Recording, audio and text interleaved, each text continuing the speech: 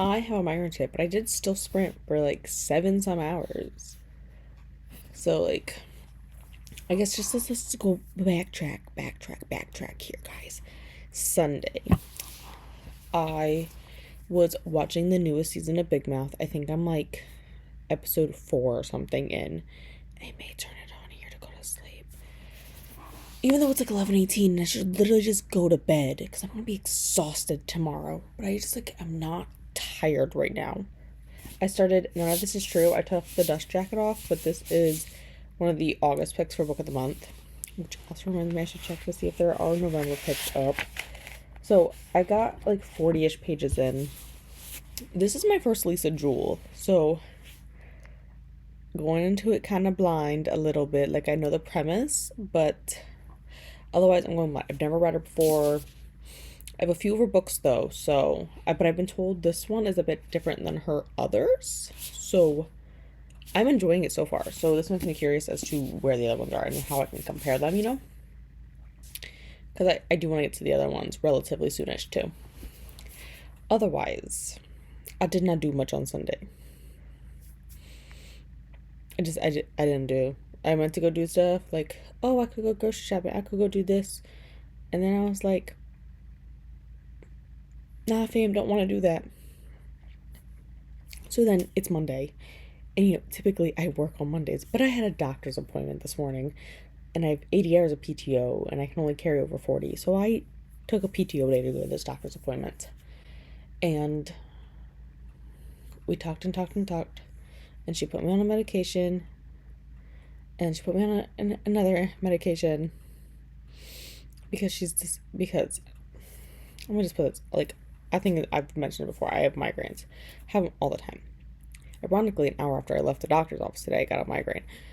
So we discussed my migraines, we discussed my heart meds, and with my heart meds for the past month, I've been feeling like crap. I feel like I look like crap on camera too, and admittedly, like, the giant bags under my eyes, and it's because I was constantly exhausted and fatigued, and I was dizzy all the time, and I was nauseous like all the time. For some reason, this past month, my blood pressure pills, so it was metoprolol, and typically it's for high blood pressure, but I don't have high blood pressure. I have postural orthostatic tachycardia syndrome, and the goal was to lower my heart rate. And I straight up told her, like, I pulled up the data on my phone from, like, my Apple Watch. I'm like, I think because I stopped taking it this past week, if you look at my heart rate for the past week versus 2 weeks ago when I was still on the medication, it's the same range. And, like, when it's going up to, like, the 160s, I can tell you exactly what I was doing. Took Eleanor for a jog. Like, I can tell you exactly what I was doing. We were either jogging or, like, power walking. So I don't think it's working. So, and then 2, I work in a doctor's office. We take blood pressure all the time. As I said, I was feeling dizzy and faint and fatigued, and so we were routinely taking my blood pressure several times a day at work because I, like, would almost faint standing there. My blood pressure is reading like 87 over 57. Pretty low blood pressure, and I just felt like crap. So last week I decided I'm just gonna stop taking it, and over the past week I have felt so much better. And so we came to this decision that as long as I'm not having the chest pains again, and I'm not feeling like palpitations all the time, like I was feeling them all the time, we can pretty much just stop the metoprolol, and we'll just monitor things, But then we discussed my migraines, and she put me on prescription strength migraine meds, which I think is why I'm awake right now, because it does contain caffeine. And here I am at 11:22, wide awake. But then today on sprints, I went and read a good chunk of this book. Very unreliable narrators. Unreliable on both Alex's part and Josie's part. Like, I don't think either of them are going through the truth. And I get Alex's defensiveness about her husband, but at the same time, I don't think Josie's realizing, like, the parallels, you know, with her own husband, you know, that shit. So it's going great. I'm hoping to finish it tomorrow so that the vlog can actually go up on Wednesday, like I said it's going to. So we only gotta read about half the book, and as long as nobody talks to me at lunch tomorrow, I should be able to finish it tomorrow. Alright, it's technically Wednesday night, which I have taken down the demon wall. But I thought before I really dove into reading here on Wednesday, I would talk about what I read for Halloween. I finished None of This Is True by Lisa Jewell in 5 stars. And I read probably, honestly, I think I read like 60, less than 60, like probably 55% of it last night alone. 5 stars. It is my first Lisa Jewell book, so honestly, I was going kind of blindish in a sense of I knew she wrote like thriller type books, but I didn't know anything else about Lisa Jewell. Like, that's all I went in with. Like, hey, she writes good thrillers. And let's just say I loved it. There will be more details in some other vlogs about what I liked about this book, exactly. But I'll just like recap because I'm doing a Lisa Jewell vlog where I want to see if like an author taste test, and then this is also a book of the month book, so it is in my book of the month backlog 3 that is already up. But I like the unreliable narrator. So right off the bat, like I knew we were going to go into a unreliable narrator situation because none of this is true, is literally the title of the book. So I'm expecting people are hiding things. And I knew first off that like Josie in the book was obviously hiding stuff. None of it was like exactly lining up. How she was like so nonchalant about things. Like, I met my husband when I was 16 and he was 40 something. Like, that's not a red flag. Oh my god. So right off the bat, we got some like, this is unreliable. However, I was unsure if Alex in the book was telling the truth. And I think part of it is we're never going to know how much of her truth was actually the truth. But I think it ends nice. The one thing I didn't like, I get 5 stars, but the one thing I didn't like is the ending. Like, she just goes missing. Like, where is she? Where is she? And do they ever find her? Like, she's just gonna get away with this murder? Like, people, like, it's right, it tells you, like, there are murders, like, in the first chapter. Like, there have been 2 murders this summer. And they don't tell you who, so I'm keeping it intentionally vague here to keep spoiler free. But she's gonna get away with these murders, and... What? When? So, overall, I really did enjoy my time. But here on Wednesday nights, we will be jumping into my first clue book for the Clue Readathon. And I'm going to pick up 6 of Crows. Now, I can't tell you what my prompt is or the location because we are all starting in different locations, and the prompts are being kept secret. So, I am on Team Scarlet, and for my first book, I have picked 6 of Crows. I did start it a little bit at lunch. I'm like 6 pages in, so not very far yet. But I am looking forward to this because I really did like the Shadow and Bone trilogy, so we're going to dive into this on Wednesday.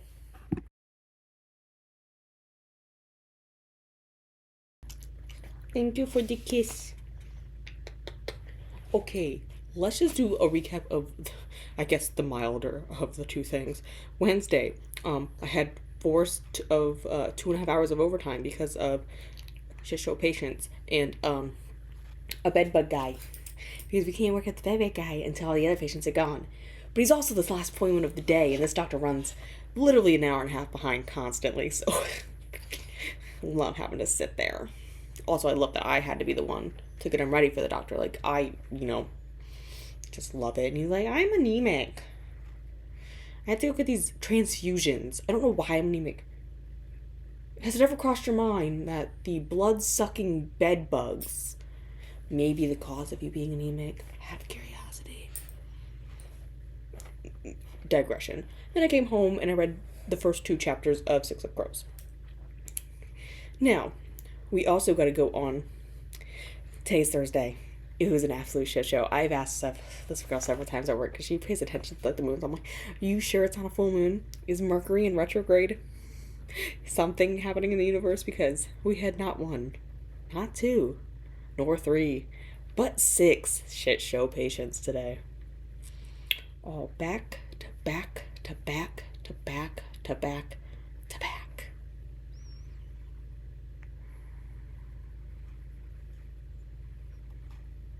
First, we're starting out with you can't see because you have macular degeneration. Like, you're not going to be able to see. You've lost your vision now.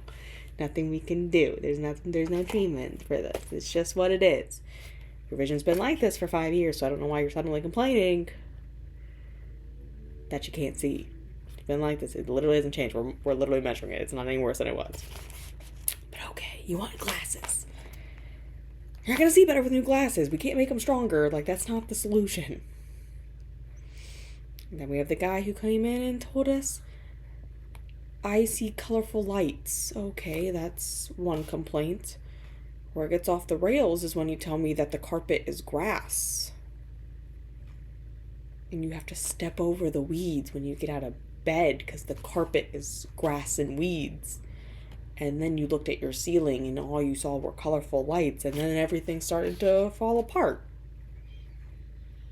And it all started when you put the stuff on your nose. Like, what? Excuse me, what? And then we take pictures, and there's literally nothing wrong with your eyeballs. We're like, psych eval, maybe? Like, buddy, I can't help you here.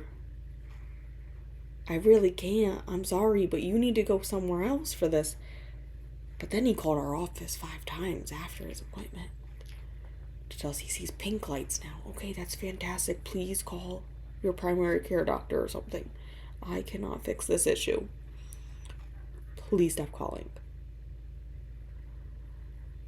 And there's no way for us to even contact like an emergency contact because he won't give us one. Like, so we have no one to contact. Great, like, who do I call for you? Like, what do I do? Can't call anyone because he won't give us anyone's number. And then we had another shit show patient, and then another one. Like, nothing's ever simple. And then logically, the last patient of the day, they scheduled it, which seeing shadows should automatically mean it's a dilated exam. Not a brief exam, a dilated, because it's going to take us twice as long as a brief. Because we have to dilate their eyes. Why did they put it in the 410's brief spot at the end of the day, last appointment of the day? Yeah, sure, come in then.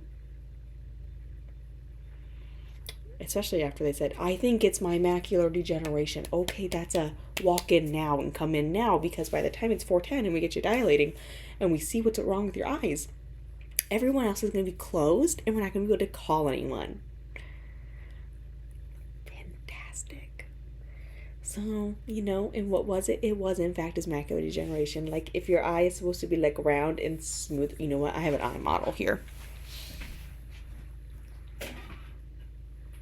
Been using it as a Halloween decoration, but, like, this is actually my study thing. Okay, inside of your eyeball here. This back here is supposed to be nice and flat and smooth. And then, like, this little round dot, hard to see, is your optic nerve. And then right over here is the macula. That gives you your center vision, where macular degeneration happens. What happened to this guy? Popped off. It's not flat and smooth against his eye. It popped off. It's great. It's fantastic. We are having so much fun. So much fun.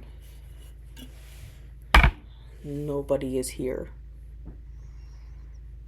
Yeah, buddy, it is. And great to know you're also a prominent neonatologist in the area. So, we need you to be able to see so that you can save the tiny babies that are in the PICU. Because we did end up getting one on the phone, and they're like, we can't see him for like a week. And then as soon as we say, he's literally a baby he's literally the top surgeon in the area for the PICU. I need you to fix his vision now. They're like, we can see him tomorrow morning. Yeah. You are going to see him tomorrow morning because we need to save his eyes so he can save the babies. Okay. So I've had a shit show day because that's not even where it ends. During lunch, I get a message from my bank going, confirm it, because Huntington has apparently this confirm it feature, which I didn't know was a thing, so I had to Google what it was first. Someone is trying to use my debit card on OnlyFans for $100. So I denied the charge and had to then call my bank because now my debit card is suspended and we literally just got paid, so I literally can't use anything.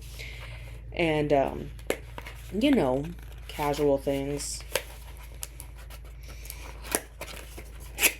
Very casual things. So someone stole my debit card info, and now I have to wait 5 to 7 days to get a new debit card. And then I found out after work my mom's dog, Coco, which has been on this channel before, has torn her ACL today. And the closest surgeon to fix said ACL is over 3 hours away because we live in a very rural area and we do not have them. Eleanor, these are Christmas lights. See, we're done with the Halloween now, and now Mommy's gonna do Christmas. Mommy wants to be happy. So we're gonna do Christmas and eat french fries, and that's all we're gonna do tonight. Because I do have french fries in the fridge. Good thing I kind of have food in my apartment, because otherwise I wouldn't be able to buy food either. These are way longer. I may need more hooks. I may have more hooks, though. These are way longer than I anticipated. Well then, we're gonna make the Halloween lights go away. I'm gonna do Christmas now.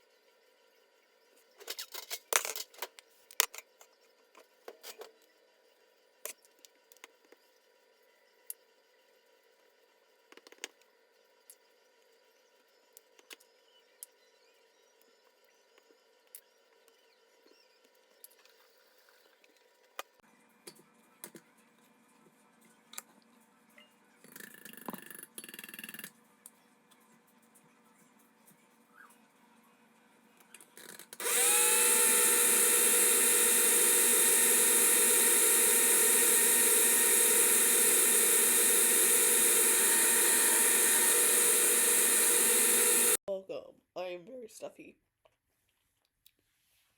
I didn't do much on Saturday besides make the things, the cookies and the popsicles for Coco and some for Ellie. Ellie had some.